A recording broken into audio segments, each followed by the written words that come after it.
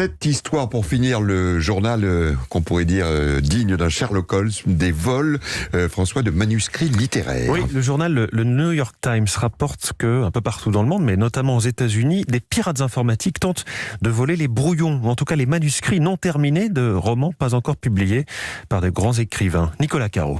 Le manège dure depuis 2 ou 3 ans. Margaret Atwood ou Ian McEwan, par exemple, en ont déjà fait les frais. L'écrivain reçoit un mail de son agent ou de son éditeur qui lui demande de lui envoyer la dernière version du prochain roman. Aucune raison de se méfier. L'écrivain envoie son manuscrit, mais c'est un pirate qui le récupère. C'est la méthode du phishing, de l'hameçonnage. Le pirate envoie un mail avec une adresse presque identique au mail de l'éditeur. Simplement, il manque un N ou un T remplacé par un F. Personne ne vérifie jamais l'adresse d'un mail, les écrivains non plus. Aux États-Unis, mais aussi en Italie, en Suède ou en Israël, des dizaines d'auteurs se sont fait voler leurs textes. La question, c'est à quoi bon ? Ces romans en l'état sont évidemment invendables. D'ailleurs, ils ne ressurgissent jamais dans les arcanes du web.